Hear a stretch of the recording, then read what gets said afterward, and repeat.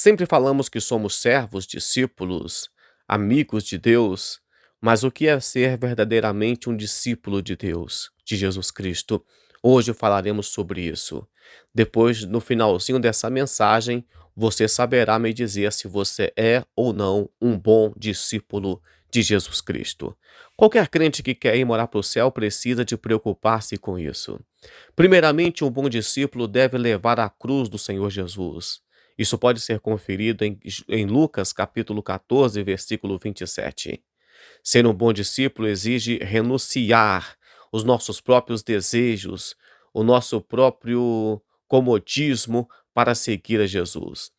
Não significa especificamente sofrer sofrimento físico, mas sim colocar-se à disposição de Deus para que Ele possa fazer com que a vontade dele prevaleça sobre a nossa vida. Quer um exemplo de pessoas que se sacrificou por amor ao Evangelho, por ser um bom apóstolo, um bom discípulo? O apóstolo Paulo, em 2 Coríntios 11, versículo 23 a 28, vai mostrar isso.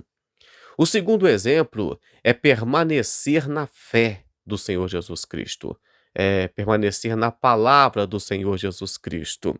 Livro de João, capítulo 8, versículo 31, vai mostrar que a palavra de Deus é a fonte da nossa fé e da nossa vida espiritual. Permanecer na palavra significa, como dizia antigamente, comer a palavra, alimentar da palavra, meditar na palavra, estudar a palavra. Jesus disse assim: se permanecerdes na minha palavra, verdadeiramente sois meus discípulos. João 8:31. Para permanecer na palavra de Deus e ser verdadeiramente discípulos, precisa de conhecer a palavra. Em Josué 1:8, vemos aí o exemplo de meditar na lei do Senhor de dia e de noite para ser uma vida transformada, para ter uma mudança de vida. Terceiro é ter amor uns pelos outros. João 13:35 é a referência. O amor é o maior mandamento de Jesus. Amar uns aos outros significa demonstrar compaixão, perdão, serviço aos nossos irmãos e irmãs em Cristo Jesus.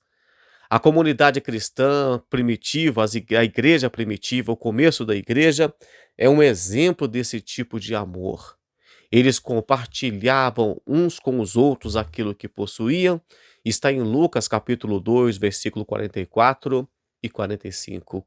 O quarto, na verdade, é seguir as ordens do Senhor. Atos capítulo 9, versículo 10 em diante. A obediência a Deus é essencial para ser um discípulo verdadeiro. Significa seguir os seus mandamentos, obedecer à sua vontade, mesmo quando isso for difícil.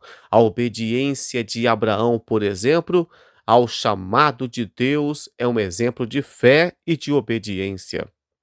Ele deixou tudo para ir por uma terra que ele não conhecia, algo que ele não tinha certeza, que ele não via. Quinto, é ter uma vida repleta de boas obras. Atos 9:36. As boas obras são os frutos de uma vida transformada por Deus. Significa demonstrar amor, compaixão através de ações concretas, servindo uns aos outros e fazendo diferença nesse mundo conturbado que nós vivemos. Exemplo, Dorcas. Dorcas era conhecida por suas obras. Isso é um bom exemplo e encontra-se em Atos 9:36 ao 42. Outro dia eu falo sobre Dorcas. 6. Levar voluntariamente as afrontas por causa de Cristo. Veja Atos 5:41.